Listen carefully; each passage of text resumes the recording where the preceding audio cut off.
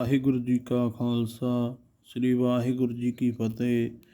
ਜਨਮ ਸਾਖੀ ਬਾਬਾ ਸ੍ਰੀ ਚੰਦ ਜੀ ਮਹਾਰਾਜ। ਰਾਜਾ ਅੰਬਰੀਸ਼ ਦੀ ਕਥਾ। ਭਗਵਾਨ ਸ੍ਰੀ ਚੰਦ ਜੀ ਮਹਾਰਾਜ ਰੋਜ਼ ਰੋਜ਼ ਨਵੇਂ ਚਰਿੱਤਰ ਪਰਮਾਤਮਾ ਦੇ ਅਤੇ ਪਰਮਾਤਮਾ ਦੇ ਭਗਤਾਂ ਦੇ ਸੁਣਾ ਕੇ ਭਗਤ ਜਨਾਂ ਨੂੰ ਸੰਤੁਸ਼ਟ ਕਰਦੇ ਅਤੇ ਸਰੋਤਾਗਣ ਵੀ ਆਪਣੀਆਂ ਸ਼ੰਕਾਵਾਂ ਦੂਰ ਕਰਕੇ ਅਤੀ ਪ੍ਰਸੰਨ ਹੁੰਦੇ ਸਨ। ਅੱਜ ਵੀ ਇੱਕ ਭਗਤ ਨੇ ਉੱਠ ਕਰ ਕਿਹਾ ਕਿ ਰਾਜਾ ਅੰਬਰੀਸ਼ ਅਤੇ ਦੁਰਵਾਸਾ ਰਿਖੀ ਦੀ ਵਾਰਤਾ ਵਰਣਨ ਕਰਕੇ ਦੱਸੋ ਤਾਂ ਕਿ ਸਾਨੂੰ ਪਤਾ ਲੱਗ ਜਾਵੇ ਕਿ ਇਹ ਪੁਰਾਤਨ ਪ੍ਰਸੰਗ ਕਿਸ ਤਰ੍ਹਾਂ ਹੈ। ਭਗਵਾਨ ਸ੍ਰੀ ਚੰਦ ਜੀ ਮਹਾਰਾਜ ਬੋਲੇ, ਸ਼ਰਿਆਤੀ ਦੀ ਸੰਤਾਨ ਵਿੱਚ ਅੰਬਰੀਸ਼ ਰਾਜਾ ਬੜਾ ਪ੍ਰਤਾਪੀ ਹੋਇਆ ਹੈ। ਰਾਜਾ ਵੈਸ਼ਨਵ ਸੀ, ਜਿਸ ਉੱਤੇ ਬ੍ਰਾਹਮਣ ਦਾ ਸ਼ਰਾਪ ਨਹੀਂ ਸੀ ਲੱਗਦਾ।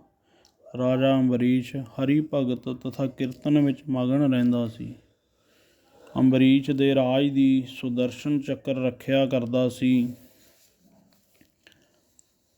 ਅਤੇ ਰਾਜਾ ਦੀ ਇਸਤਰੀ ਵੀ ਵੈਸ਼ਨਵ ਸੀ। ਉਹ ਦੋਵੇਂ ਹੀ ਇਕਾਦਸ਼ੀ ਦਾ ਕਰਤੱਵ ਵਿਧੀ ਪੂਰਵਕ ਰੱਖਦੇ ਸਨ। ਰਾਜਾ ਤੇ ਰਾਣੀ ਇਕਾਦਸ਼ੀ ਦੇ ਵਰਤੀ ਸਨ। ਦੂਸਰੇ ਦਿਨ 2 ਘੜੀ ਦੁਆਦਸ਼ੀ ਸੀ। ਉਸ ਸਮੇਂ ਦੁਰਵਾਸਾ ਰਿਖੀ ਜੀ ਅੰਬਰੀਸ਼ ਦੋ ਪਾਸੇ ਆਏ। ਉਹਨਾਂ ਦੇ ਨਾਲ ਹਜ਼ਾਰਾਂ ਦੀ ਰਿਖੀ ਸਨ ਅਤੇ ਰਾਜਾ ਅੰਬਰੀਸ਼ ਤੋਂ ਭੋਜਨ ਮੰਗਿਆ। ਰਾਜੇ ਨੇ ਕਿਹਾ ਕਿ ਭੋਜਨ ਬਣ ਰਿਹਾ ਹੈ, ਕੁਛ ਦੇਰ ਆਰਾਮ ਕਰੋ, ਫਿਰ ਭੋਜਨ ਵਰਤਾਇਆ ਜਾਵੇਗਾ। ਦੁਰਵਾਸਾ ਜੀ ਨੇ ਕਿਹਾ, ਅਸੀਂ ਇਸ਼ਨਾਨ ਕਰਕੇ ਆਵਾਂਗੇ, ਫਿਰ ਭੋਜਨ ਛਕਾਂਗੇ। ਇਹ ਕਹਿ ਕੇ ਦੁਰਵਾਸਾ ਜੀ ਰਿਖੀਓਂ ਸਹਿਤ ਜਮਨਾ ਵਿੱਚ ਇਸ਼ਨਾਨ ਕਰਨ ਚਲੇ ਗਏ। ਇਸ਼ਨਾਨ ਕਰਨ ਗਿਆਂ ਬੜੀ ਦੇਰ ਲੱਗ ਗਈ ਅਤੇ ਦੁਆਦਸ਼ੀ ਤਿਥ ਮੁੱਕਣ 'ਤੇ ਆ ਗਈ ਸੀ ਤਾਂ ਰਾਜਾ ਅੰਬਰੀਸ਼ ਨੇ ਰਿਖੀਆਂ ਤੋਂ ਪੁੱਛਿਆ, ਹੁਣ ਕੀ ਕੀਤਾ ਜਾਵੇ? ਤ੍ਰੋਦਸ਼ੀ ਵਿੱਚ ਵਰਤ ਉਪਾਰਨਾ ਦੋਸ਼ ਹੈ। ਰਿਖੀਆਂ ਨੇ ਕਿਹਾ, ਚਰਨਾ ਮਿੱਤਰ ਲੈ ਲਵੋ।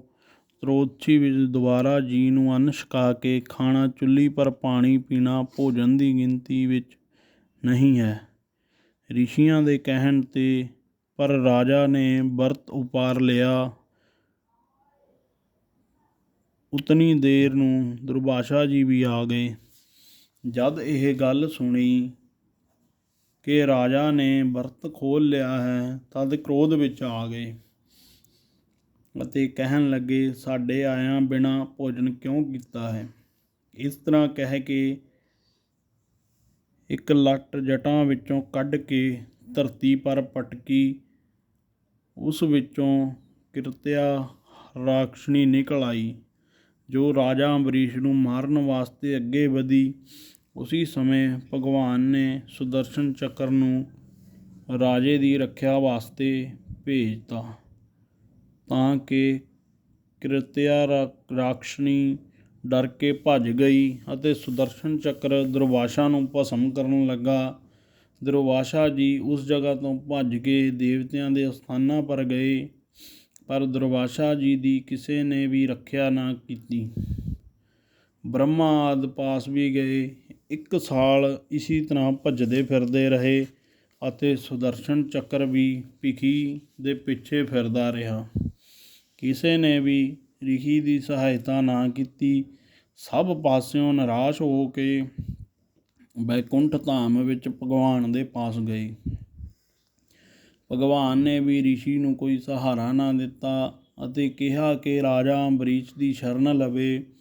ਉੱਧਰ ਰਾਜਾ ਅੰਬਰੀਸ਼ 1 ਸਾਲ ਉਸੀ ਤਰ੍ਹਾਂ ਖੜ੍ਹੇ ਰਹੇ ਅਤੇ ਭੋਜਨ ਵੀ ਨਹੀਂ ਖਾਧਾ ਅਤੇ ਦੁਰਵਾਸਾ ਜੀ ਦੀ ਚਿੰਤਾ ਕਰਨ ਲੱਗਾ ਕਿ ਮੇਰੀ ਖਾਤਰ ਬ੍ਰਾਹਮਣ ਨੇ ਕਿਤਨਾ ਕਸ਼ਟ ਉਠਾਇਆ ਹੈ। ਉੱਧਰ ਦੁਰਵਾਸਾ ਜੀ ਹੱਥ ਜੋੜ ਕਰ ਰਾਜਾ ਅੰਬਰੀਸ਼ ਦੇ ਸਾਹਮਣੇ ਆ ਖੜ੍ਹੇ ਹੋਏ।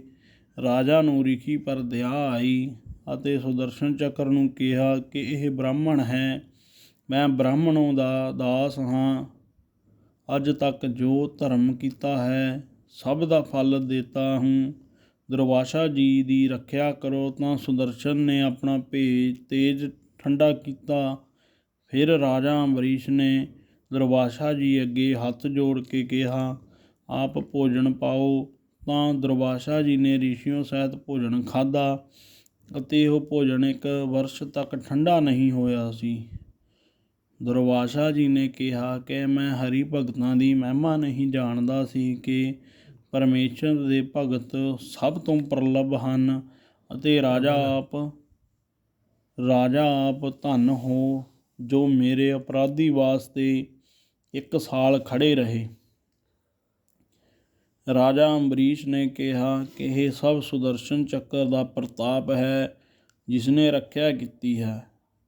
ਇਸ ਤੋਂ ਉਪਰੰਤ ਅੰਬਰੀਸ਼ ਰਾਜਾ ਆਪਣੇ ਬੇਟੇ ਨੂੰ ਰਾਜ ਭਾਗ ਸੰਭਾਲ ਕੇ ਆਪ ਵਣ ਵਿੱਚ ਤਪ ਕਰਨ ਚਲੇ ਗਏ ਅਤੇ ਭਗਵਾਨ ਜੀ ਕਹਿਣ ਲੱਗੇ, ਹੇ ਸਰੋਤਾ ਜਨੋ, ਰਾਜਾ ਅੰਬਰੀਸ਼ ਵਿਧੀ ਸਹਿਤ ਇਕਾਦਸ਼ੀ ਦਾ ਵਰਤ ਰੱਖਦਾ ਹੁੰਦਾ ਸੀ ਅਤੇ ਪ੍ਰਭੂ ਦਾ ਸਿਮਰਨ ਹਰ ਸਮੇਂ ਕਰਦਾ ਸੀ, ਜਿਸ ਕਰਕੇ ਸੁਦਰਸ਼ਨ ਚੱਕਰ ਰਾਜਾ ਅੰਬਰੀਸ਼ ਦੀ ਮਦਦ ਦੀ ਹੀ ਰੱਖਿਆ ਕਰਦਾ ਸੀ।